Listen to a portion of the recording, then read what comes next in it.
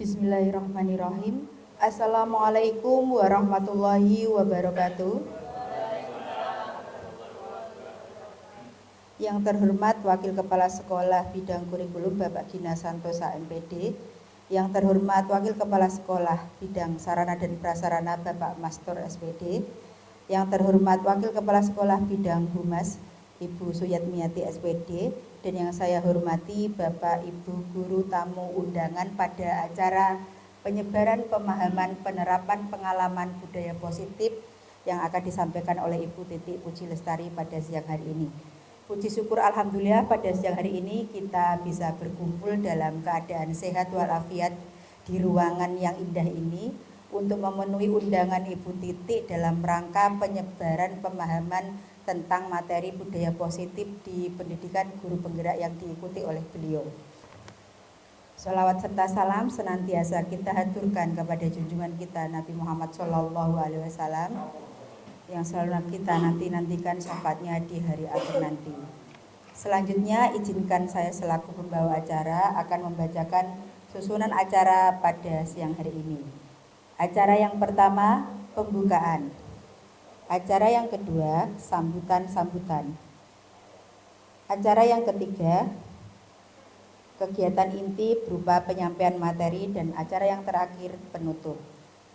Selanjutnya marilah kita buka acara pada hari ini dengan bacaan basmalah bersama-sama. Bismillahirrahmanirrahim. Terima kasih. Selanjutnya sambutan. Sambutan kepala sekolah yang akan diwakilkan oleh Wakil Kepala Sekolah Bidang Kurikulum. Kepada Bapak Gina Santosa kami persilahkan. Assalamualaikum warahmatullahi wabarakatuh. Alhamdulillahirrabbilalamin. Segala puja puji syukur kita panjatkan kehadirat Ilahi Rabbi. Atas berkat dan rahmatnya kita bisa berkumpul kembali dalam satu kegiatan penyebaran pemahaman dan penerapan pengalaman budaya positif yang nanti akan disampaikan Ibu Titi sebagai calon guru penggerak angkatan ke-9.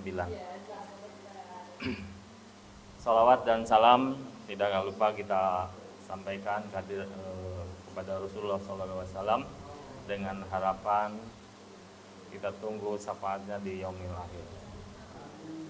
Alhamdulillah dalam proses perjalanan Bu Titi sudah sampai pada tahap berikutnya. Tentunya kita selalu mendukung, mensupport kegiatan Bu Titi dan siapapun sehingga suatu saat akan membawa perubahan pada SMA 1 Sumber. Di sisi lain, kegiatan Ibu Titi juga bisa memotivasi teman-teman guru muda untuk bisa mengikuti kegiatan dari CGP ini. Dan suatu saat sekolah semakin banyak guru-guru penggerak akan mempercepat perubahan sekolah itu sendiri. Tentunya perubahan yang positif. Dan kami, terutama yang golongan-golongan senior ini, seolah nanti estafetnya akan berjalan dengan baik. Karena yang akan menggantikannya adalah golongan-golongan yang luar biasa dengan pengetahuan dan semangat yang luar biasa juga untuk mencapai satu perubahan. Ya, perubahan terutama menggerakkan keadaan sekolah menjadi lebih baik lagi. Harapan kami seperti itu. Apa yang disampaikan, apa yang dilaksanakan oleh Bu Titi bisa menginspirasi semua, ya, kita semua, dan insya Allah kita selalu mendukung teman-teman yang melakukan kegiatan-kegiatan penggerak seperti itu. Yang saya paham betul bagaimana perjuangan teman-teman seperti itu, yang artinya sangat luar biasa. Semoga selalu diberikan kesehatan dan bisa melampauinya dengan baik kegiatan tersebut.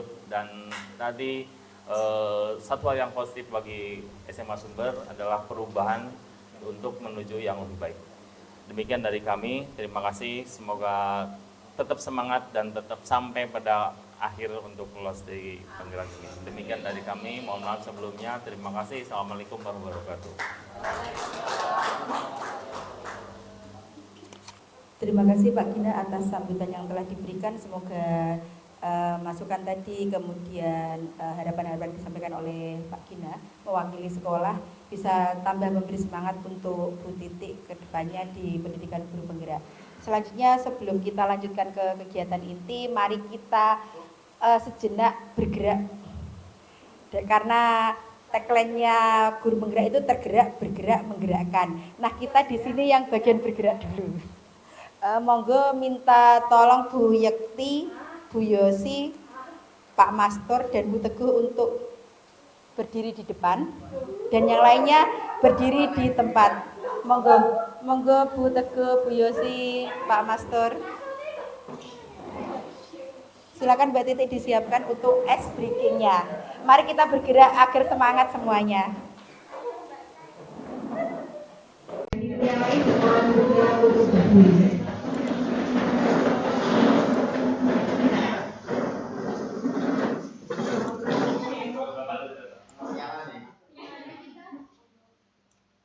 Gimana kita di sini?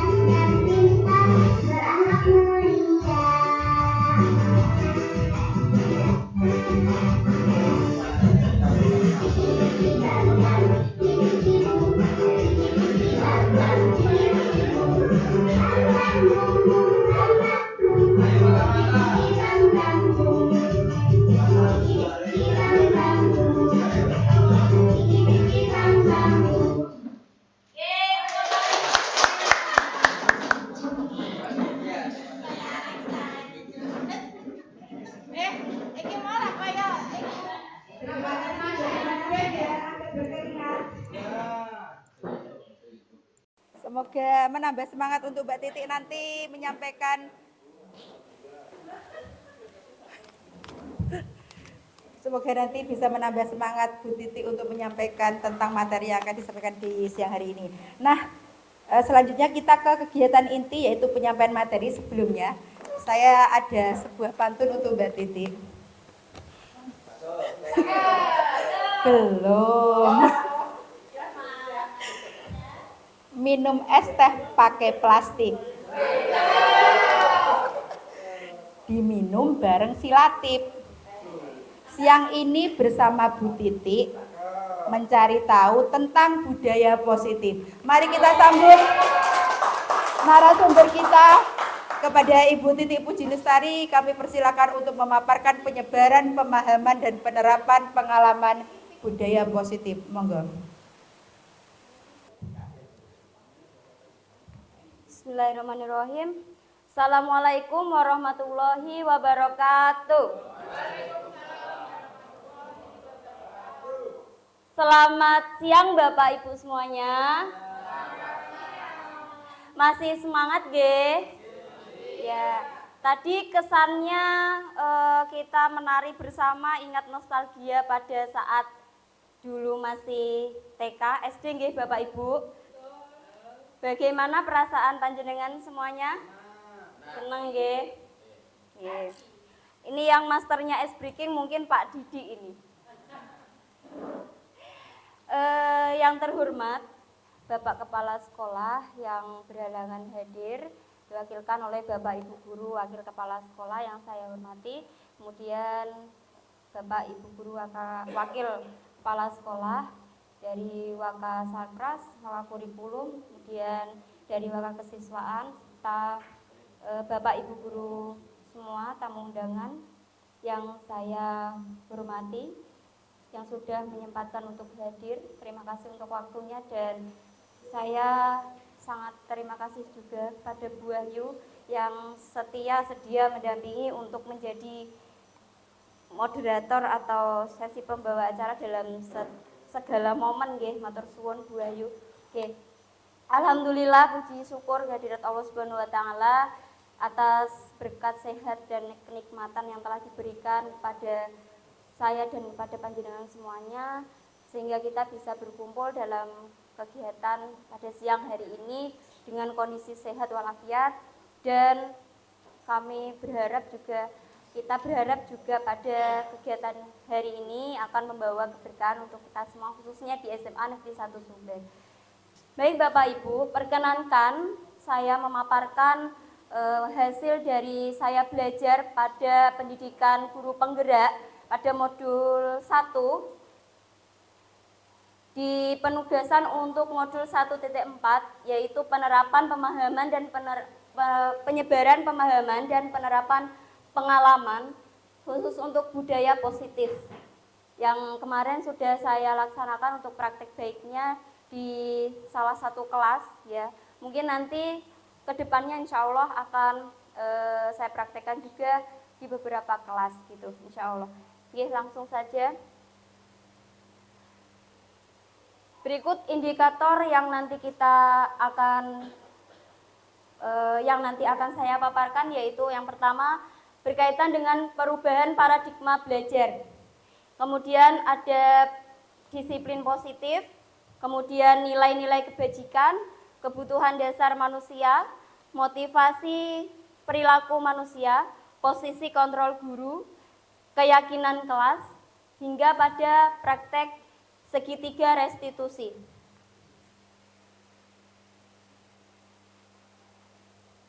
Untuk poin yang pertama yaitu pembelajaran paradigma baru. Bapak Ibu, mungkin ini saya juga baru belajar, nanti untuk pendalaman materi yang lebih lanjut kita bisa sambil diskusi dan tanya jawab, karena sumber belajar kita pada kesempatan siang hari ini tidak hanya saya.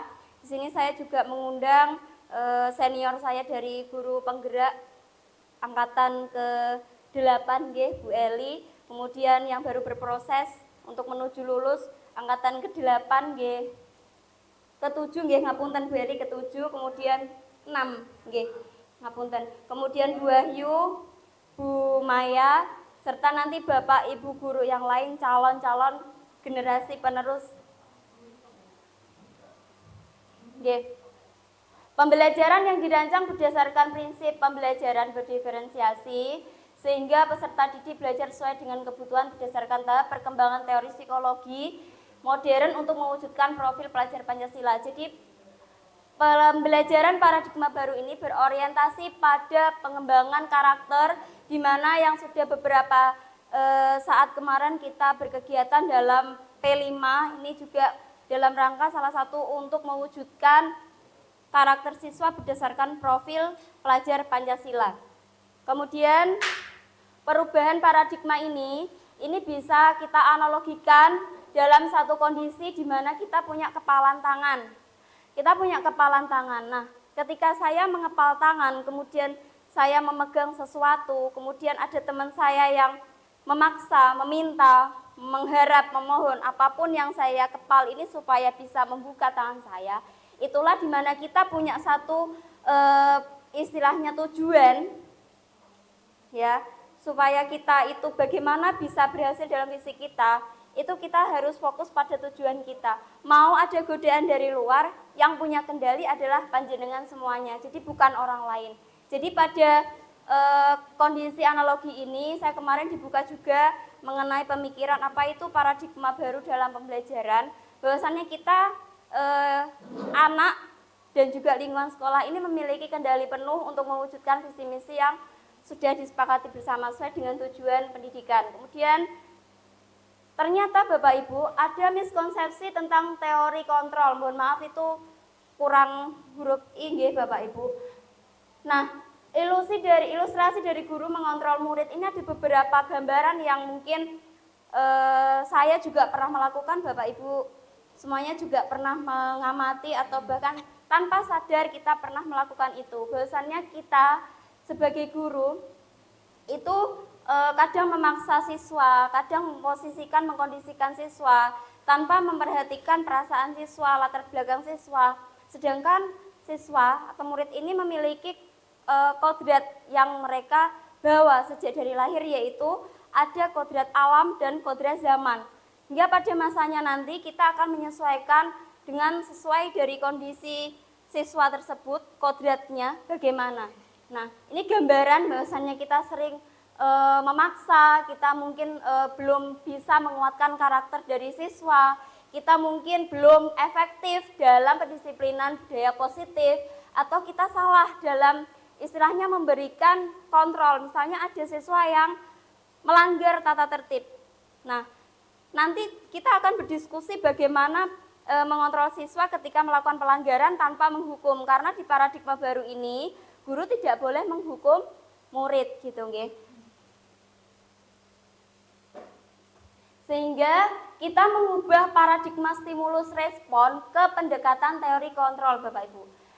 Kalau kadangkala kita ingin meningkatkan motivasi siswa dengan cara ayo nang, duk kita belajar semangat, nanti Bapak guru, Bu guru akan memberikan hadiah, akan memberikan nilai yang bagus. Itu ada di sini paradigma stimulus respon, nah itu sudah tidak berlaku lagi diharapkannya. Jadi akan dirubah dengan pendekatan yaitu teori kontrol.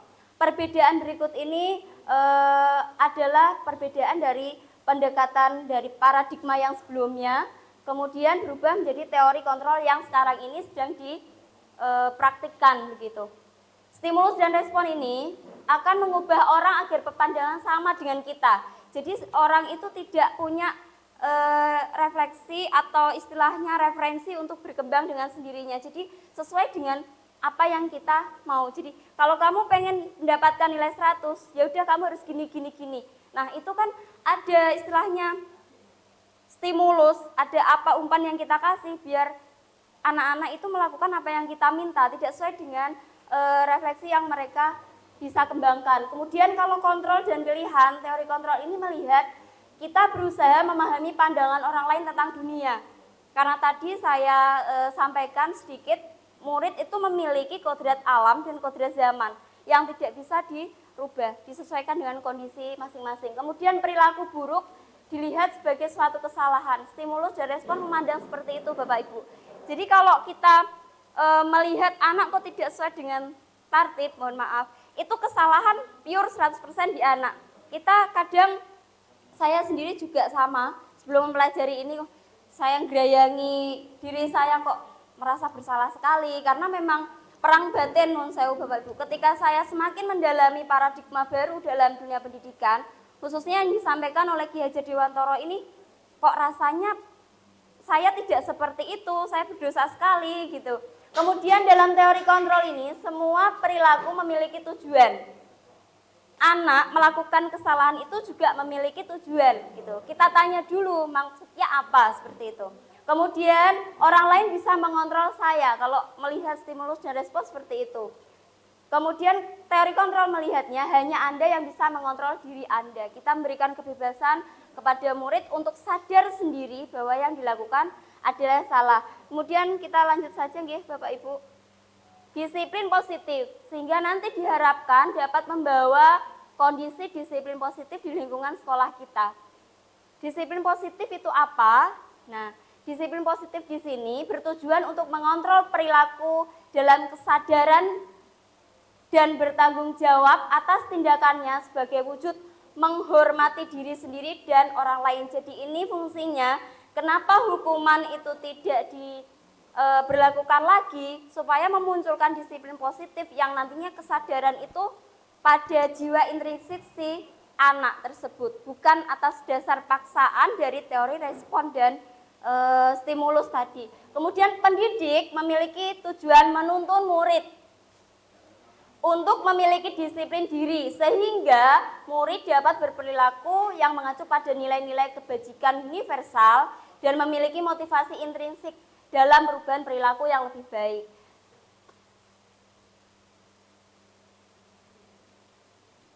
Pendekatan disiplin positif tidaklah tentang murid Bapak Ibu, tetapi tentang diri kita dan cara kita sendiri, di mana baik sebagai orang tua, guru, atau orang dewasa yang memberikan dampak dan pengaruh positif kepada murid. Nah, bagaimana cara melakukan pendekatan disiplin positif? Sebenarnya Bapak Ibu semuanya mungkin sudah pernah mempraktekkan hal tersebut tentang disiplin positif ini, namun belum sadar mungkin oh saya sudah melakukan ini, saya sudah pernah seperti ini gitu. Sekarang disebutnya dengan istilah disiplin positif, kemampuan individu pendidik untuk membina mendidik murid secara individual atau kelompok. Pendekatan secara individual perlu mendapatkan dukungan kebijakan sekolah dan peran serta pemangku kepentingan sekolah. Dikembalikan lagi bahwasannya murid itu memiliki tadi karakter yang berbeda, kodrat yang berbeda, serta kita tidak bisa membandingkan lingkungan sekolah kita dengan lingkungan sekolah yang ada. Kalau kita kemarin sudah saya sampaikan, SMA Negeri 1 Sumber ini dikatakan desa nggih mboten, dikatakan kota nggih mboten. Jadi apa Bapak Ibu? Pripun Pak Eko? Istimewa pokoknya nggih. Nggih. Ini yang sudah saya lakukan. Yang pertama koordinasi dulu dengan Bapak Kepala Sekolah, mohon izin untuk berkegiatan. Kemudian ini saya ambil dari salah satu dokumentasi yang pernah saya laksanakan bersama dengan Bapak Ibu untuk berkoordinasi merencanakan bagaimana kegiatan disiplin positif di sekolah. Kemudian ini nilai kebajikan universal. Disiplin positif ini mengarah pada nilai-nilai kebajikan universal Bapak Ibu. Nilai kebajikan ini bersifat positif, jelas, yang bertujuan untuk tadi mewujudkan anak memiliki disiplin positif yang sadar dari jiwa intrinsik mereka, dari dalam diri mereka gitu. Nilai ini disepakati bersama, tidak memandang agama, tidak memandang suku, tidak memandang latar belakang bahasa, semuanya sama. Kenapa universal? Karena tidak memandang indikator yang tadi gitu. Nah, apa itu nilai universal? Ini terangkum dalam profil pelajar Pancasila. Ada beriman bertakwa kepada Tuhan, berakhlak mulia, mandiri, bernalar kritis, berkebinekaan global, bergotong royong, dan kreatif. Karena manusia pada dasarnya memiliki kebutuhan. Kebutuhan ini untuk mempertahankan keseimbangan kondisi fisiologis dari diri kita dan psikologis dari kejiwaan kita yang bertujuan untuk bertahan hidup Bapak Ibu. Ini kebutuhan dasar kita. Berikut ada kebutuhan penguasaan, kasih sayang dan rasa diterima, bertahan hidup, kesenangan dan kebebasan. Jadi kita aplikasikan, siswa juga sama. Siswa juga seharusnya mendapatkan paling tidak 5 kebutuhan dari kebutuhan dasar menurut William Glasser ini gitu. Kalau nilai kasih sayang, afektif, siswa berhak kita los-los dulu ya. Terus didekati dulu, ditanya baik-baik dulu apa pengennya, apa maunya. Kalau kebebasan, siswa juga bebas untuk berpendapat di dalam kelas. Mau itu salah, mau itu benar, kita apresiasi. Nah itu, kurang lebihnya seperti itu. Kemudian untuk mendapatkan kebutuhan itu, ada motivasi perilaku manusia. Untuk menghindari ketidaknyamanan atau hukuman, untuk mendapatkan imbalan atau penghargaan, untuk menghargai diri sendiri. Jadi tadi kembali ke disiplin positif, kita melakukan itu untuk apa? Kalau siswa melakukan itu untuk menghindari hukuman, jadi masuknya adalah motivasi eksternal. Dia tidak dari dalam dirinya. Kemudian untuk mendapatkan imbalan, saya tak belajar, biar nanti pada saat pelajarannya Bu Yekti dapat nilai 100. Itu berarti masuknya motivasi eksternal, dari luar. Kalau motivasi internalnya, berarti dia menghargai diri sendiri. Saya tak belajar biar saya pintar, karena saya butuh. Nah itu internal. Nah, ini menjadi PR bersama. Saya juga masih harus banyak belajar dan Bapak Ibu guru semuanya. Mungkin ada trik dan tips yang khas dari Bapak Ibu untuk menumbuhkan motivasi internal ini gitu. Kemudian motivasi internal ini menganut dasar dari Ki Hajar Dewantara, merdeka itu tidak hanya terlepas dari perintah, namun tetapi juga cakap membuat memerintah diri sendiri. Kalau kita memerintah orang lain mudah, tapi bisa tidak kalau kita memerintah diri sendiri? Ini saya juga masih belajar tentang itu. Jadi motivasi inilah yang akan menciptakan disiplin positif dan sikap merdeka di lingkungan pendidikan kita. Kemudian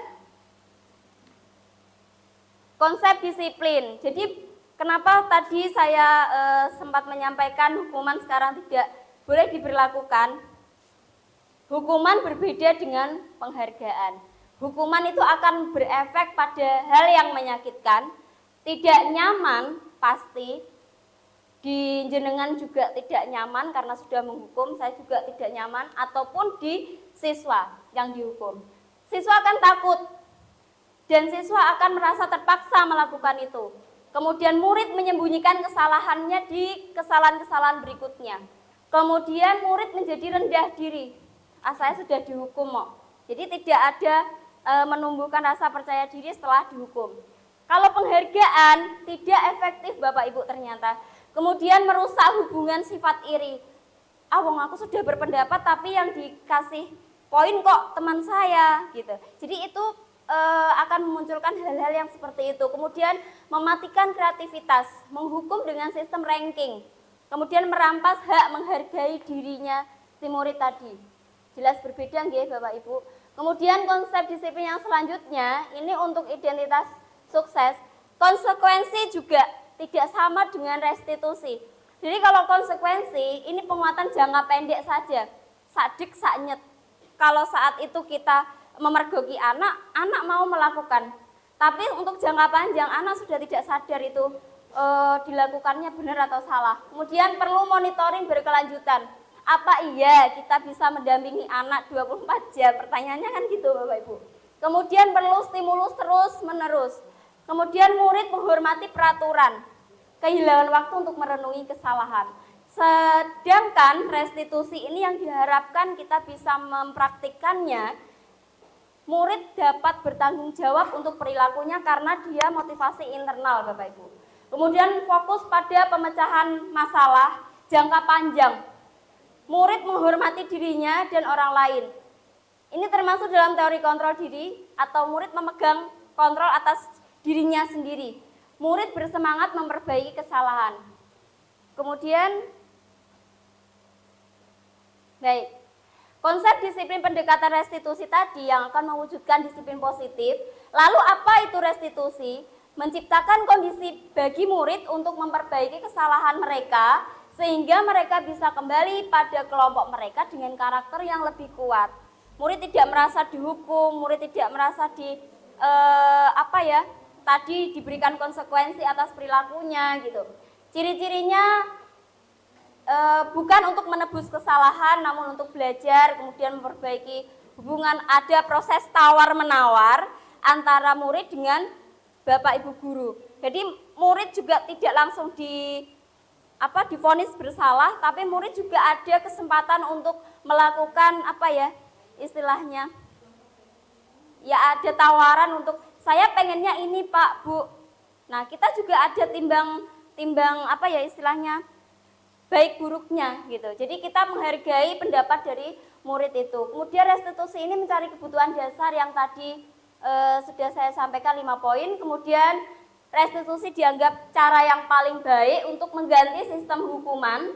Kemudian restitusi fokus pada karakter bukan tindakan, karena efeknya nanti jangka panjang. Kalau hanya tindakan sadek saknyet niku wau. Kemudian restitusi fokus pada solusi jangka panjang tadi dan mengembalikan murid berbuat salah pada kelompoknya.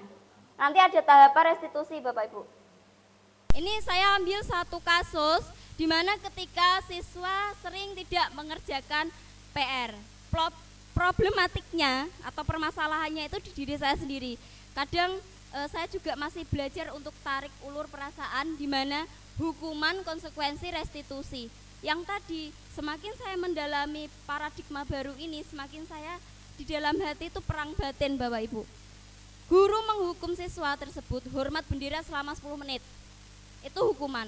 Guru marah, guru memaki murid di depan teman-temannya, itu juga hukuman. Guru memvonis kamu salah dengan kalimat kamu salah, itu juga hukuman. Lah konsekuensi, guru memberikan konsekuensi mengerjakan PR 15 halaman misalnya, itu konsekuensi. Guru tegas dan siswa menghormati peraturan, itu konsekuensi. Kalau restitusi, guru sebagai pembuat rasa bersalah pada diri, aku salah nggih Pak, Bu, ngoten. Itu pembuat rasa bersalah. Guru sebagai teman, guru sebagai pemantau, dan yang terakhir guru sebagai manajer. Menurut Bapak Ibu, ini yang paling bagus yang mana? Saya minta pendapatnya sebelum saya menjelaskan lebih lanjut. Boleh? Monggo Pak Dwi, sepertinya dari tadi menyimak sekali dengan antusiasnya. Yang paling, boleh mic-nya, yang paling bagus, yang paling menurut Pak Dwi yang mana? Dari 5 posisi kontrol. Yang paling efektif. Teman. Oke, teman nggih. Terima kasih. Ada pendapat lain? Mungkin Pak Arif.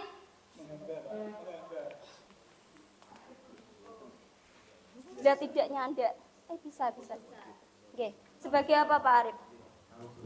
Oke. Masih konsisten dengan penghukum. Penghukum nggih. Boleh berpendapat. Terima kasih Pak Arif.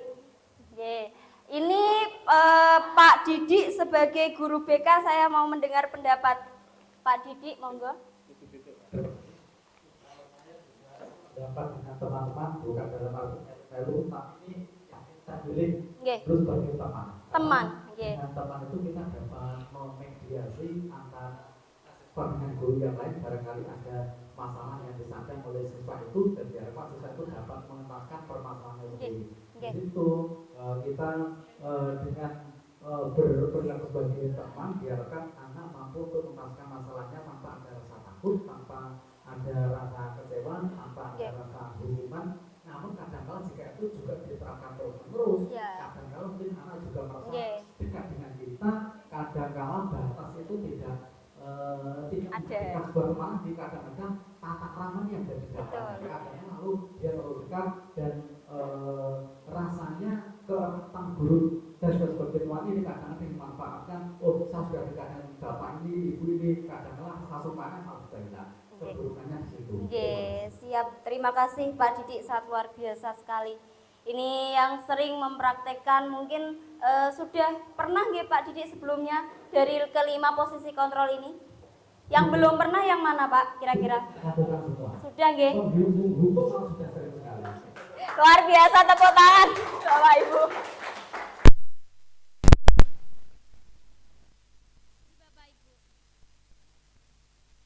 Ini kasusnya lain di mana siswa tidak memakai atribut lengkap saat upacara bendera. Monggo Bapak Ibu refleksi semua, saya juga akan banyak refleksi diri saya.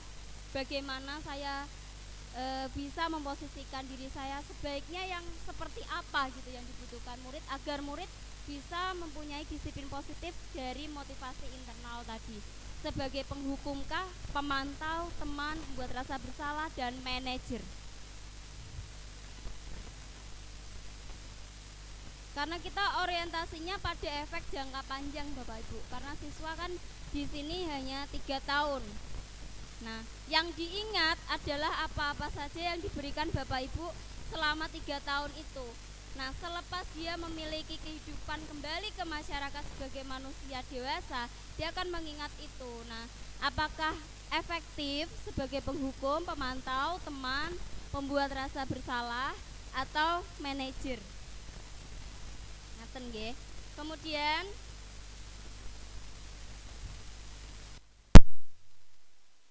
perlu tahu apa-apa saja yang diinginkan oleh murid kita. Tidak satu sisi kita yang harus memaksa anak untuk memenuhi apa keinginan kita. Namun kita juga harus tahu apa sebenarnya yang dibutuhkan siswa, apa sebenarnya diinginkan oleh siswa untuk menciptakan pembelajaran yang nyaman, lingkungan belajar yang tertib, tanpa mereka merasa tertekan, terpaksa begitu. Mengapa sebelumnya ini yang mungkin ini semuanya sudah pernah mungkin memiliki pengalaman menjadi wali kelas, nggih Bapak Ibu. Mungkin dalam pembuatan sebelum ada pembelajaran di awal tahun itu kita sering meminta anak untuk membuat satu kesepakatan yang disebut dengan peraturan kelas. Nah, ini istilah barunya bukan peraturan atau kesepakatan kelas, namun ada istilah baru yaitu keyakinan kelas. Mengapa tidak peraturan kelas saja, kok ribet banget gitu nggih? Mengapa harus keyakinan kelas? Nanti akan disampaikan. Baik, nih. Bapak Ibu di sini semuanya pernah punya pengalaman ditilang Bapak polisi? Sudah pernah nggih? Karena tidak bawa SIM atau tidak memakai helm. Nah, dipahami Bapak Ibu bahwasannya kita memakai helm itu bukan karena ada Pak Polisi nggih Bapak Ibu. Mboten nggih.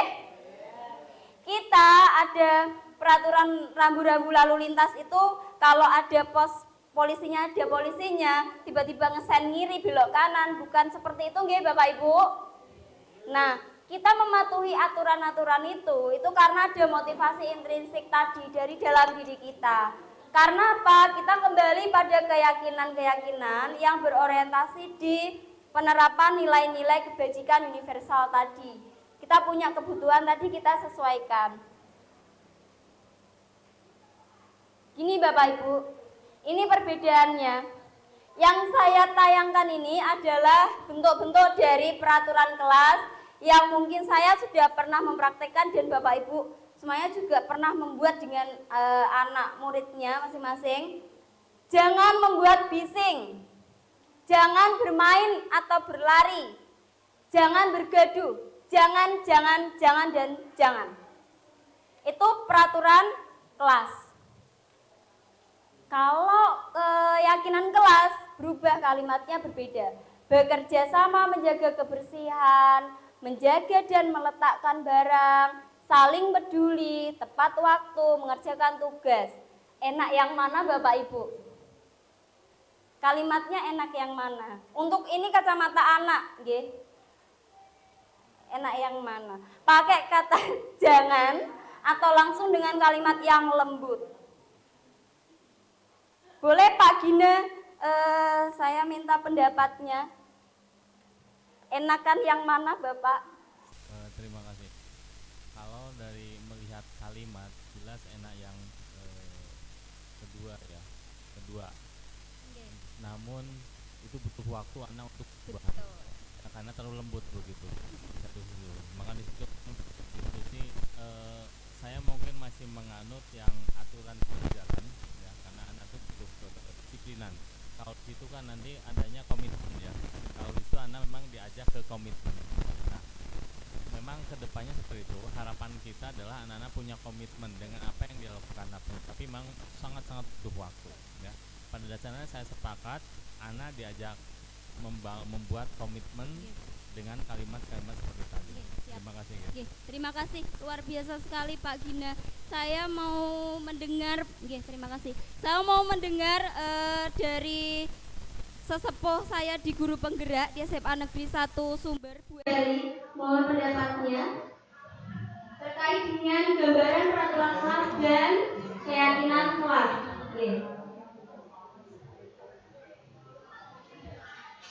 Baik, terima kasih. Kalau saya pribadi memberikan ataupun melihat dari dua hal tersebut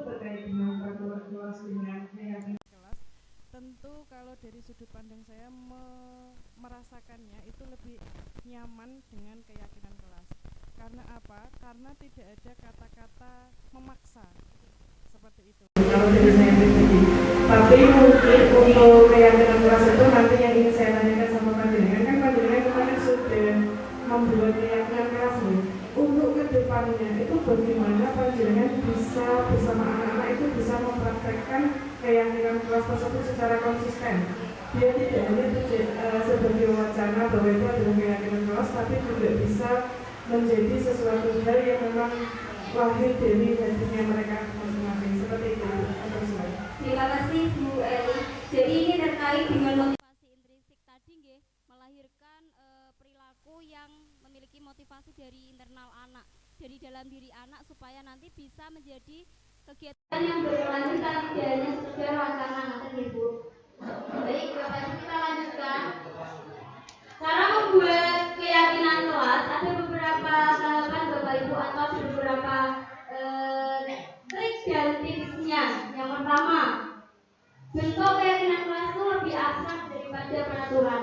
Kemudian berupa pernyataan yang universal, tadi tidak menyinggung agama, suku, ras, golongan, jadi bersifat umum. Kemudian sedikit saja agar mudah diingat oleh anak.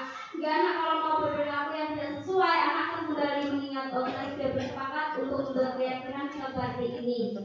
Kemudian sesuai dengan kondisi kelas dan sekolah agar mudah diterapkan. Tidak berseberangan dengan tata tertib sekolah. Kemudian dibuat dalam bentuk kalimat positif, jelas tadi tidak pakai kata jangan, jangan, jangan, dan jangan. Kemudian semua warga kelas sekolah dilibatkan saat membuatnya. Jadi harapannya tidak hanya saya pribadi, kemudian Bapak Ibu guru penggerak yang lain, tapi juga dimohon untuk Bapak Ibu guru yang lain juga terlibat dalam proses pembuatan keyakinan kelas berikut.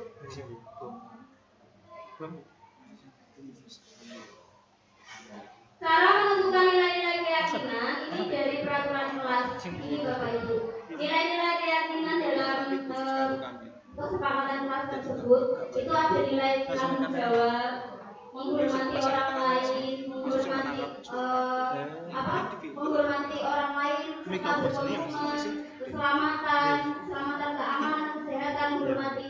Ini juga akan berhubungan dengan profil pelajar Pancasila. Kembali ke situ nantinya. Jadi secara tidak langsung kita mengajak pengembangan nilai karakter dalam proses pembuatan keyakinan kelas Bapak Ibu.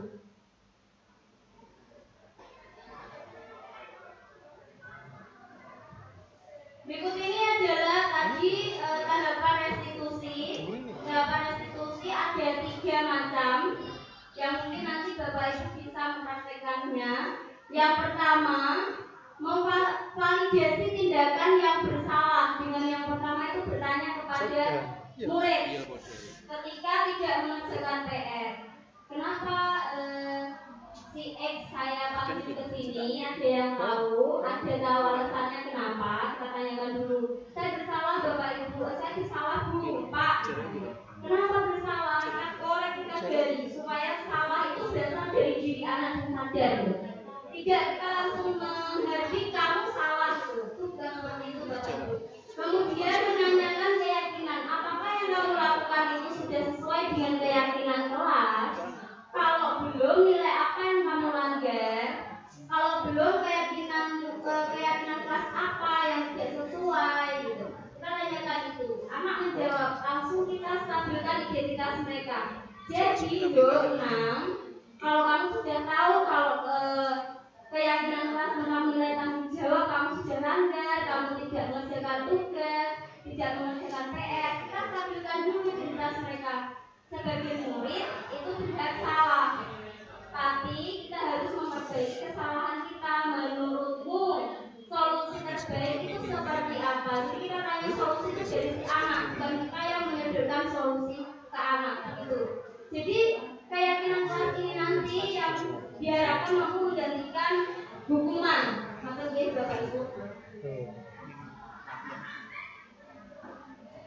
Ini proses saya kemarin membuat keyakinan kelas. Ini ada videonya. Saya juga sudah mengunggahnya di YouTube. Kurang lebihnya seperti itu Bapak Ibu. Saya pertama menyadarkan bahwasannya apa sih tata tertib di sekolah kita. Saya minta untuk mereka menyebutkan sesuai dengan pemahaman mereka. Kemudian mereka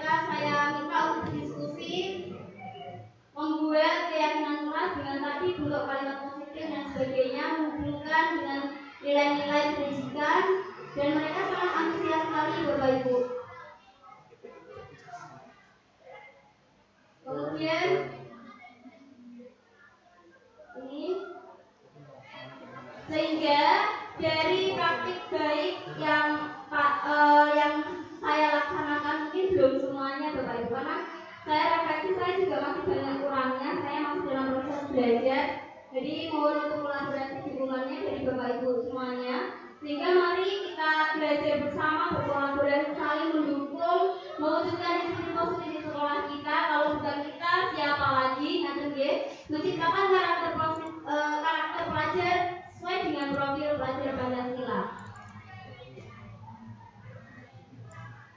Terima kasih, itu yang dapat saya sampaikan.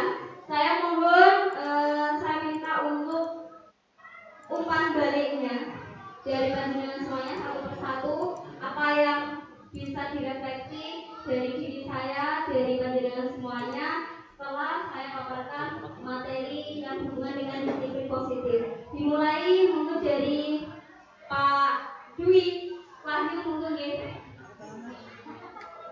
Oke, Bunia dulu mungkin ya.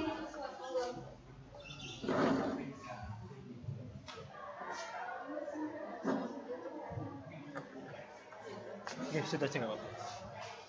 Terima kasih. Dari materi yang disampaikan tadi, yang menjadi pertanyaan saya, dengan kita memberi kebebasan kepada anak, kira-kira nanti, tapi yang teman ya, yang seperti teman begitu. Kalau teman terlalu dekat, itu nanti kira-kira hubungan antara guru dengan siswa tadi ada ini kayak tidak sopan begitu enggak? Kira-kira seperti itu yang menjadi pertanyaan saya. Kemudian kenapa kok istilahnya kok pakai kata keyakinan bukan kesepakatan? Itu kenapa? Terima kasih.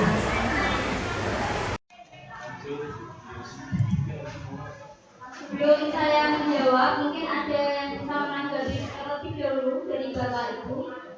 Yang pertama, kenapa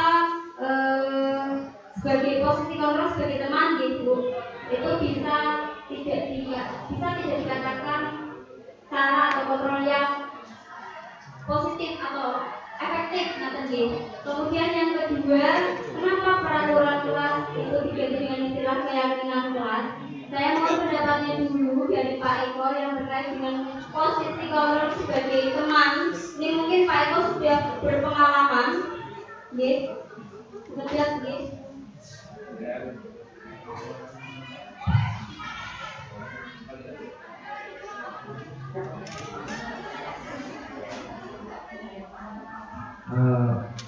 terima kasih atas kesempatannya.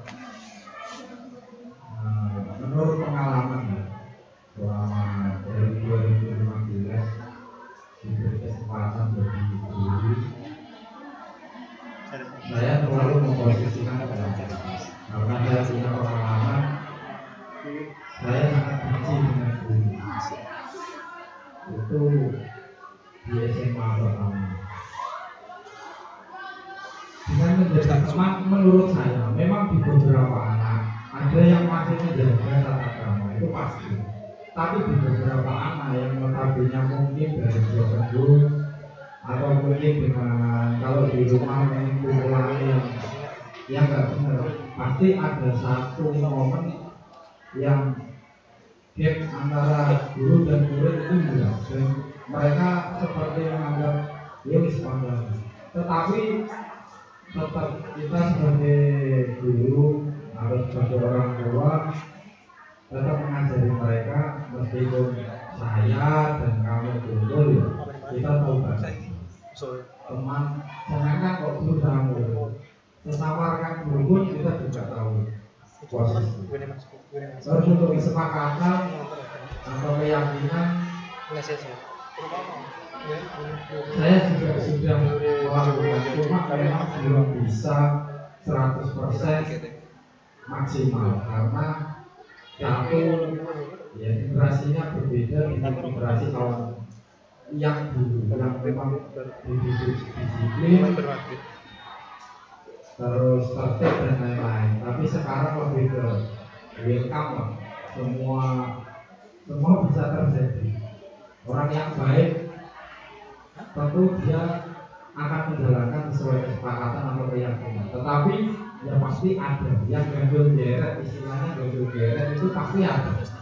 apalagi jadi era modernisasi ini. Cuma terkadang kita dilemanya kita menjadi teman itu bagus bagi anak, tapi belum tentu bagi yang lain bersama rekan kerja. Terima kasih.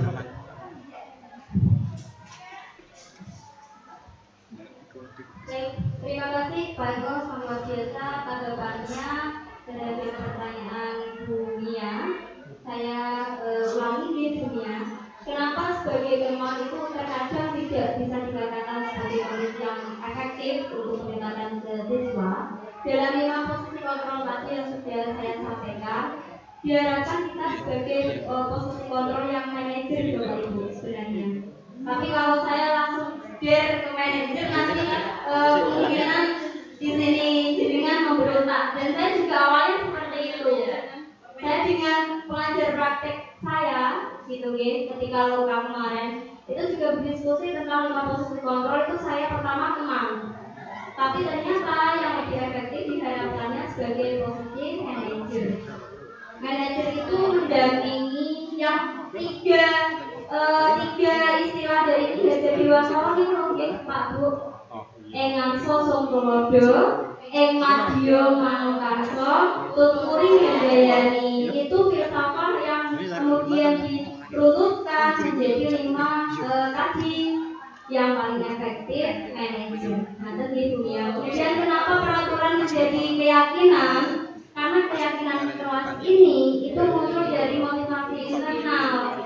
Kalau kesepakatan itu tadi menggunakan istilahnya sudah beda. Itu juga tidak 100% pure dari dalam diri. Ada juga berapa indikasi-indikasi paksaan. Jadi anak melakukan itu juga tidak menumbuhkan kesadaran. Nanti next step akan melakukan itu lagi dan itu lagi. Monggo dilanjutkan.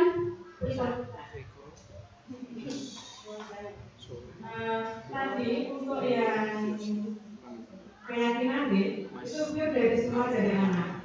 Apabila tadi keinginan anak itu cenderung yang apa yang dia suka, kalau anak sudah terbiasa dengan disiplin, dengan tertib, dengan yang baik-baik semua misalnya ya itu bisa. Kalau cenderung ke kelas yang nuansa pada kelas yang agak jatuh ya.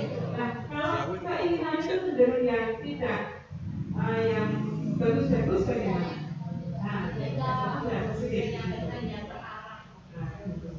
Kenapa kok keyakinan itu semua harus dari anak yang itu tidak dari anak itu dari siswa kemudian kita arahkan dengan apa yang siswa yang adalah dari kita. Semakin lama semakin asik diskusi kita di Bapak Ibu. Matur suwun perhatiannya Bu Mia. Inilah gunanya posisi manajer dalam kontrol siswa. Kenapa bisa ada karakter anak dalam kelas yang berbeda-beda? Itulah kita melakukan pendekatan sesuai versi kodrat anak, kodrat alam dan kodrat zaman. Nanti di belakang layar kita akan berdiskusi, mungkin Bapak Ibu saya siap untuk merefleksikan apa yang saya pahami. Sekedar saya bercerita apa yang saya pahami, saya siap mengenai kodrat-kodrat yang dimiliki oleh anak.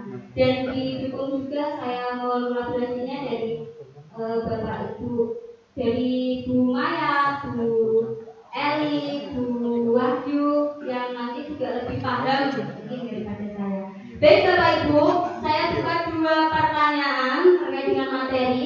Di sini kita berdiskusi, nanti mohon untuk yang bisa menjawab mungkin lebih dari saya pengetahuannya, saya persilakan.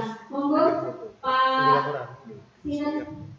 Pak Mastor mungkin, Pak Arif monggo. Setelah ini Pak. Sabar.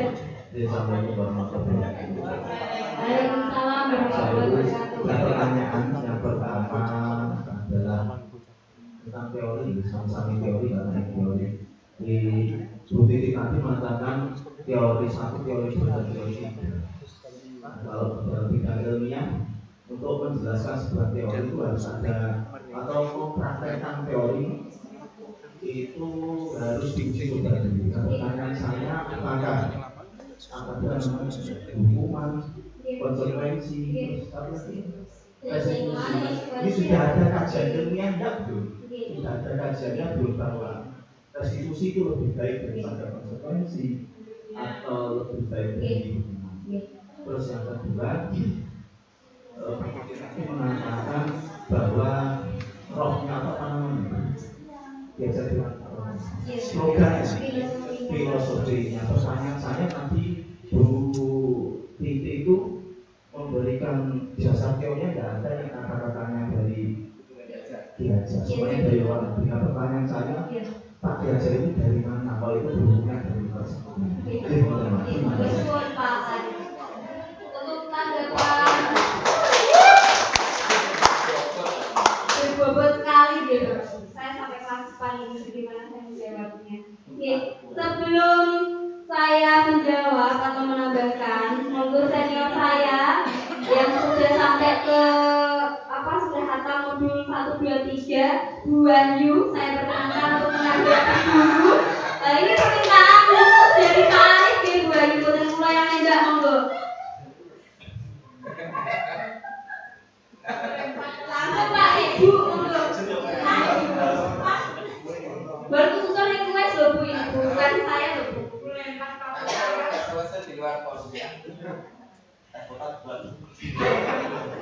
Terima kasih atas kontribusi Pak Titi untuk menanggapi apa yang disampaikan oleh Pak Arif.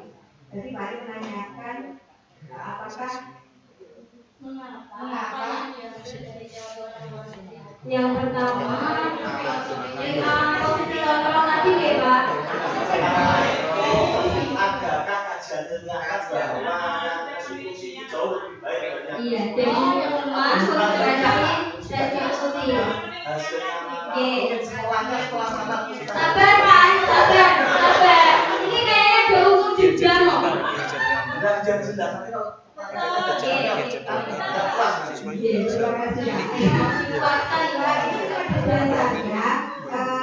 Kenapa sampai ada konsekuensi, ada restitusi? Awalnya dari filosofi yang dijual oleh Pak Arif.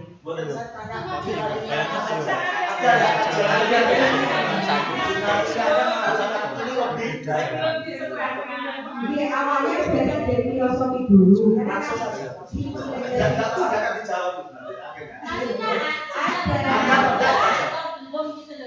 Kalau ditanya adakah kajian ilmiahnya, apa yang sudah diterapkan atau belum? Untuk kalau saya sekarang kalau ditanya penelitian, hasil kajian ilmiah sama kan deh, kajian ilmiah atau hasil penelitian yang memberikan itu. Kalau ditanya nanti pasti akan ditanya, misalnya apa penelitian yang sudah dilakukan oleh siapa? Mungkin gitu. Iya. Kalau ditanya sekarang mungkin saya belum bisa menjawab, nanti teman saya bisa menjawab. Tapi kalau dirunut dari mana itu pemikiran tersebut sampai ada, itu memang filosofinya Diajar Bianto begitu. Karena kita diharapkan sebagai seorang pengajar itu bisa memposisikan diri sebagai penuntun begitu. Kita hendaknya menuntun siswa, jadi posisi kita itu bisa mengantarkan mereka untuk meraih cita-cita yang diharapkan, cita-cita terbaik yang ingin dipunyai oleh siswa. Karena siswa kan pasti cita-citanya berbeda-beda, karena siswa itu individu yang unik gitu. Pertanyaan saya seperti ini, obah nggih. Paracetamol pada 500. Itu kira-kira ada untuk bayi. Langsung aku aja ini bagus ini menurunkan. Nah, bayi sudah kecil juga belum. Ya pokoknya sote aja, mati terus saya TV. Ya, saya kira Maksudnya buka sudah disebar jangan Bu Maya juga bisa menambahkan. Bu Maya dari tadi diam nih sambil memikirkan jawaban untuk Pak Arif. Ya, terima kasih ya. Kalau saya ditanya sudah ada kajian ilmiahnya apa belum, terus terang saya belum pernah membaca Pak. Kami di pendidikan guru penggerak itu memang dari modul 1, 1, 1, 2, 1, 3, 1, 4, 21 sampai sekarang 3.3 yang insya Allah sebentar lagi kita sudah akan lulus begitu kan.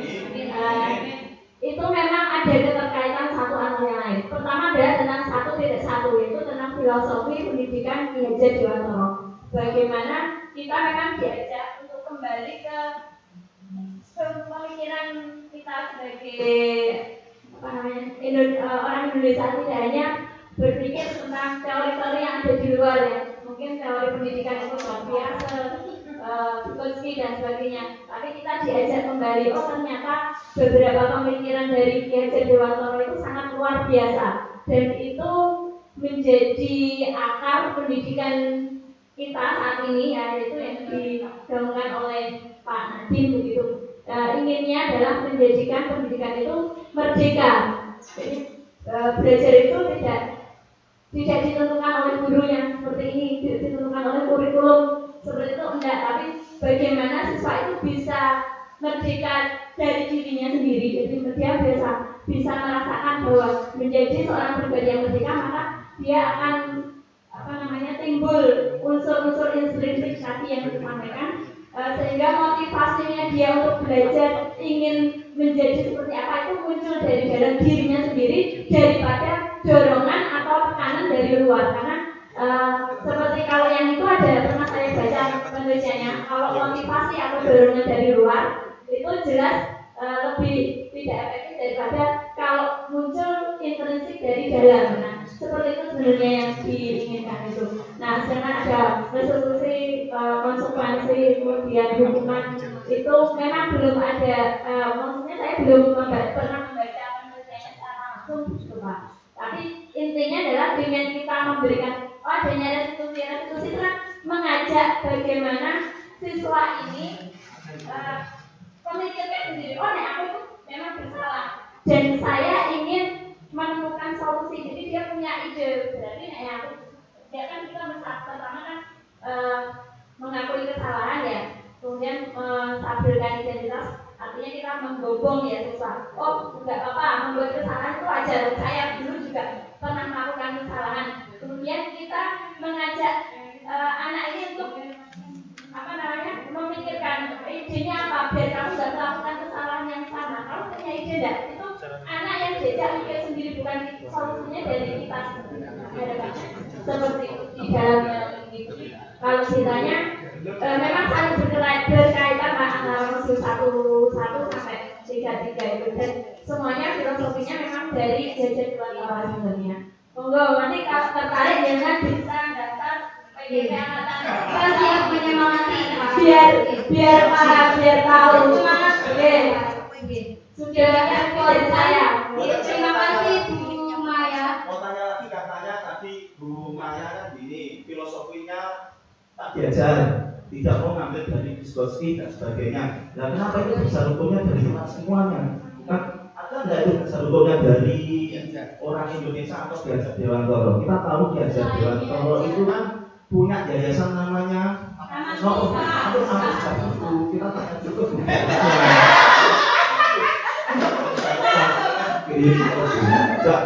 Saya bertanya kembali ke Pak sejarah mungkin yang saya lanjutkan Bu. Nah, kenapa kok tidak ngambil pilot projectnya dari Taman Siswa? Kita tahu Taman Siswa itu kan bulontahnya atau mungkin saripatinya filosofinya Hajar Dewantara. Buku-buku yang diambil atau yang digunakan di guru pengajar ada nggak yang karangan Ki Hajar Dewantara? Atau mungkin para penganutnya, ideologi penganutnya Ki Hajar Dewantara? Tadi saya lihat katanya dari keluar semuanya. Nah itu pertanyaan juga hubungannya. Nah itu Ki Hajar Dewantara itu orang mana? Kok buku yang dipakai itu keluar semuanya? Gitu teman-teman. Masih sakit di bagian apa berarti mendunia. Juga menjawab ya Pak, tapi nanti mohon ditambahkan kalau masih kurang puas Pak. Ya, sebenarnya di filosofi filosofi pendidikan menurut Ki Hajar Dewantara pada modul 1.1 dijelaskan Pak, dasar akar dari paradigma perubahan pendidikan itu memang dari kalangan maupun dari literasi, kemudian dari pola pikir serta pemahaman pendidikan menurut Ki Hajar Dewantara sendiri. Hanya saja kalau saya menampilkan semuanya mungkin tidak bisa Bapak, karena mungkin ini saya comot sedikit-sedikit. Nah, kenapa tadi ada muncul teori dari Geser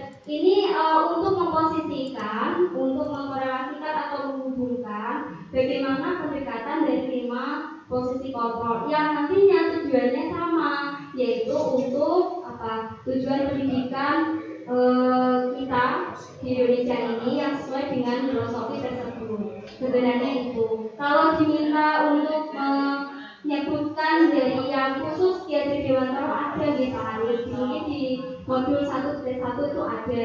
Namun di sini saya mencoba yang saya bahas dan saya kembangkan di lokal kemarin juga pakai 5 posisi kontrol berikut. Mungkin nanti akan saya tayangkan lebih lanjut juga pada pengajar praktek. Dan ini termasuk juga masukan untuk saya. Menurut ya Pak Arif ya. Pak Arif. Menurut ya Pak Arif. Tidak mau tahu dulu. Berarti diajak Dewantara pernah buat buku berarti. Saya kalau nanti jawab pernah, nanti jenengan tembak judulnya apa Pak Arif. Saya bingung. Apa semacam seperti manuskripnya itu pasti ada. Buku tentang dia tentang memberikan buku pikirannya Pak Dewantara tentang pendidikan ada. Kalau dalam bentuk buku dibalik, itu kebetulan yang sudah dibukukan dan diterbitkan itu kan maksudnya itu saya sendiri pernah menjumpai. Karyanya Pak Dewantara maksudnya. Ya, dalam bentuk buku yang diterbitkan itu saya sendiri pernah menjumpai dan di modul-modul yang kami pelajari pemikiran-pemikiran tersebut itu bentuknya adalah semacam kalau disebut itu semacam manuskrip begitu itu dan memang petikan aslinya dari pemikiran Ki Dewantara begitu. Jadi kalau ditanya buku yang diterbitkan itu saya sendiri belum pernah menjumpai, tapi ada pemikiran itu dan memang dituliskan. Bukunya ada. Seperti Newton kan punya prinsip matematik itu kan ada jelas. Cahaya nanti yang miliknya orang Arab itu ada tulisannya kan. Nah ini pendidikan yang mau dipraktekkan ini bukunya ada enggak? Mungkin hasilnya ini seperti kalau saya belajar sastra karena saya basicnya orang bahasa dan sastra. Seperti sastra karya lama itu kan ada buku kan Pak. Itu kita bisa jumpai dari manuskrip itu. Itu bukan dalam bentuk buku aja seperti petikan-petikan begitu. Matur nuwun Pak Arif. Sami-sami Bu. Sudah terpuaskan Pak Arif. Sekaligus berdasarkan diskusi kita tadi, kita sudah ditarik kesimpulannya yang telah disampaikan juga oleh Bu Maya terkait dari rangkuman keseluruhan materi yang saya sampaikan. Kalau kita lanjutkan mungkin akan sampai kapan gitu ceritanya nanti. Jadi ini mungkin diskusinya nanti kami yang baru berproses belajar ini untuk mengikuti guru penggerak akan siap sedia menyampaikan apa yang kami sudah pahami. Mungkin di belakang layar kapanpun Bapak Ibu menginginkan kami untuk menjelaskan dengan sepemahaman kami ya Bapak Ibu. Baik Bapak Ibu, itu saja yang bisa saya sampaikan. Kurang lebihnya saya mohon maaf atas kekurangan yang sudah saya sampaikan atau kesalahan saya dalam menyampaikan materi ini. Dan terima kasih sekali untuk yang sudah tadi berpartisipasi, berpendapat, bertanya. Nanti juga akan menjadi masukan balik positif untuk saya yang akan saya diskusikan kepada pengajar praktek saya. Nanti Bapak Ibu, alhamdulillah dari saya cukup. Barakallah. Assalamualaikum warahmatullahi wabarakatuh.